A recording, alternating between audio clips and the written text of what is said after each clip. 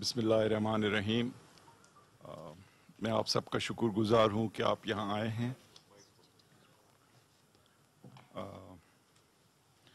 देखें, सबसे पहले तो जब ये हुकूमत आई तो एक बहरानी कैफियत थी। बैरूनी और अंदरूनी जो खसारे थे वो तारीख की सबसे बड़ी सतह पर थे, और पिछले 5 साल जो गुजरे थे उसमें एक्सपोर्ट्स की जो ग्रोथ रेट थी वो 0 रही थी, और 20 बिलियन का करंट अकाउंट डेफिसिट था, और हमारे जो फॉरेन एक्सचेंज के रिजर्व्स थे वो पिछले 1 साल में आधे हो चुके थे, और हमें डिफॉल्ट का खतरा था। तो पहली चीज जो हमने करनी थी वो ये थी कि मुल्क को कैसे डिफॉल्ट से बचाया जाए और किस तरह इस बहरान से फौरी तौर पर निपटा जाए, क्योंकि जो बुनियादी वजह हमारी जो इस बहरान की थी वो ये कि हमारे पास एक डॉलर्स का क्राइसिस था।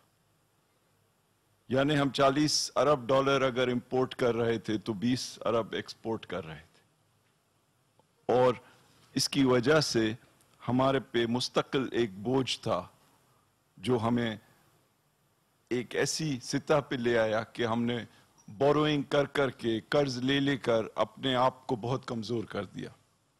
तो पहली सिचुएशन तो ये थी कि कैसे इस बहरानी कैफियत से निपटा जाए और मुल्क को फिर इस्तेहकाम दिया जाए।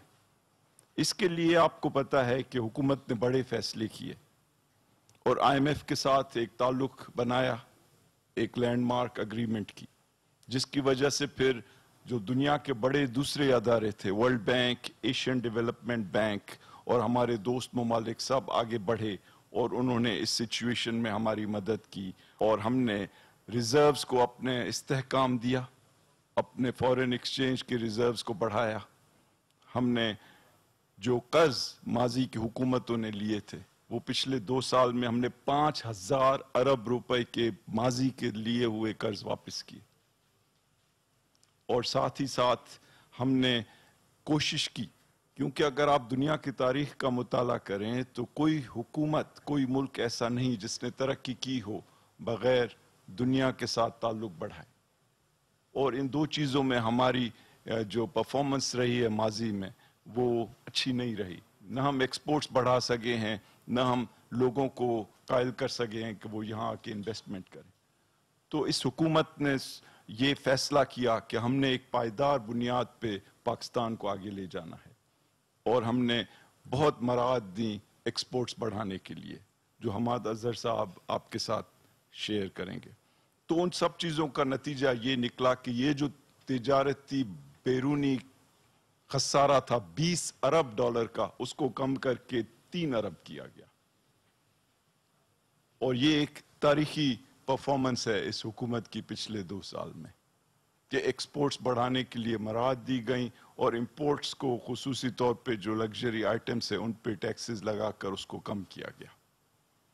अब आप आए कि एक्सपेंडिचर, एक बड़ी वजह हमारे बहरान की ये थी कि हुकूमत जो है खुसूसी तौर पे इलेक्शंस के दौरान हद से ज़्यादा इखराजात करते हैं, और जो प्रोजेक्ट्स भी किए जाते हैं उनमें कोई कॉस्ट की कंसिडरेशंस को आगे नहीं रखा जाता।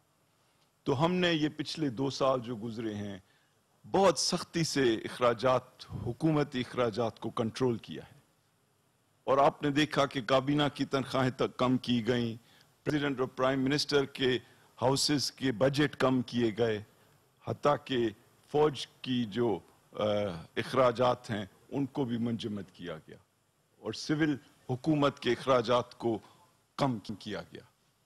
और मैं इसके लिए प्रेसिडेंट साहब, प्राइम मिनिस्टर साहब, हमारी जो डिफेंस की क़यादत है उन सब का शुक्रगुजार हूँ कि पाकिस्तान की तारीख में ऐसे नहीं हुआ कि इतने ज़बरदस्त तरीके से कॉस्ट को कंट्रोल किया जाए और कॉस्ट ऊपर से कंट्रोल किए जाए।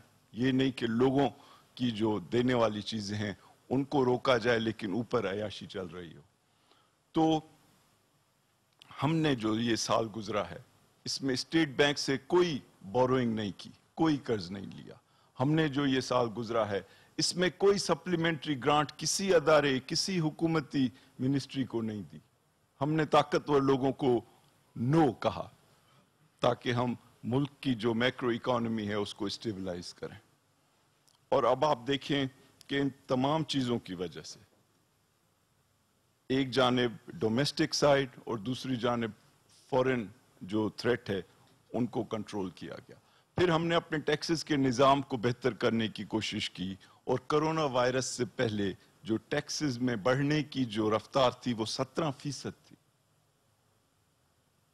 बदकिस्मती से ये कोरोना वायरस की सिचुएशन उभरी और वो जो एक बहुत अच्छी जो है अच्छे अंदाज में हमारी रेवेन्यूज की ग्रोथ हो रही थी वो मुतासिर हुई।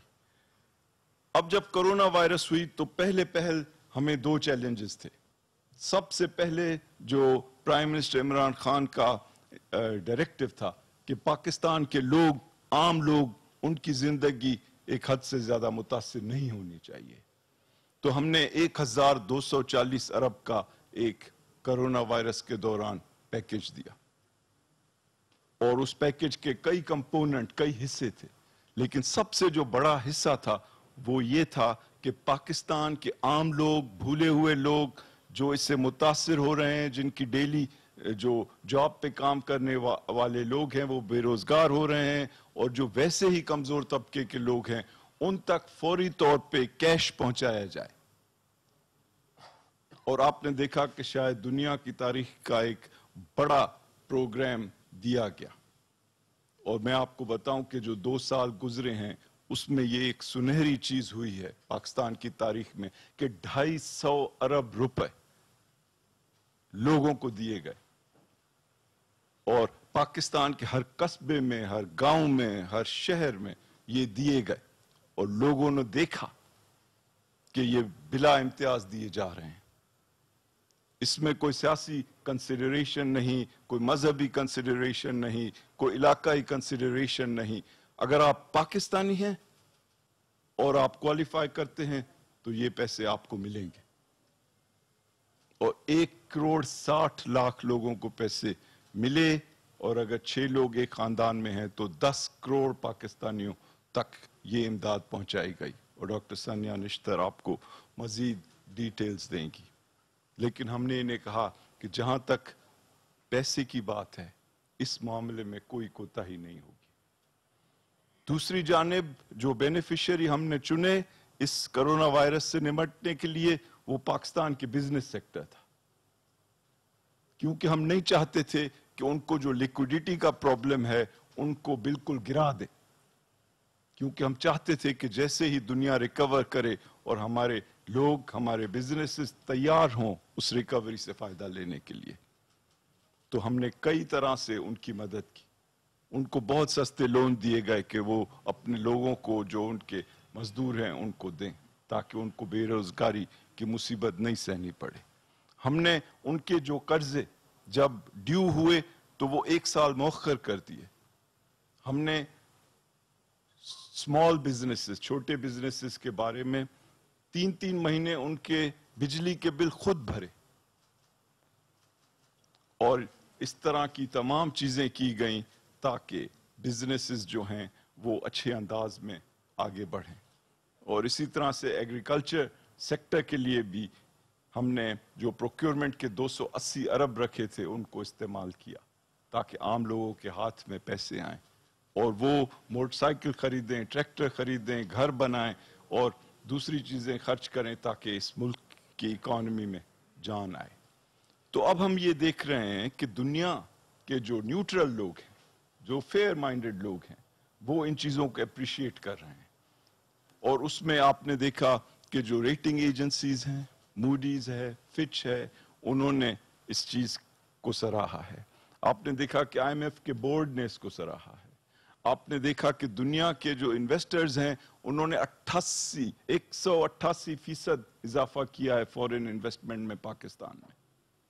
और आपने देखा कि स्टॉक मार्केट ने 47% इजाफा किया है और ब्लूमबर्ग जो कि एक दुनिया का बड़ा इदारा है उसने पाकिस्तान की स्टॉक मार्केट को दुनिया की बेहतरीन स्टॉक मार्केट्स में शामिल किया है। तो ये चीजें जो हैं इनका अब असर आने लगा है। जो हमने बजट दिया उसमें हमने कोई नया टैक्स नहीं लगाया, جو ہم نے بجٹ دیا اس میں ہم نے ہزاروں جو خام مال کی چیزیں ہیں ان پہ امپورٹ کے ٹیکسز صفر کیے.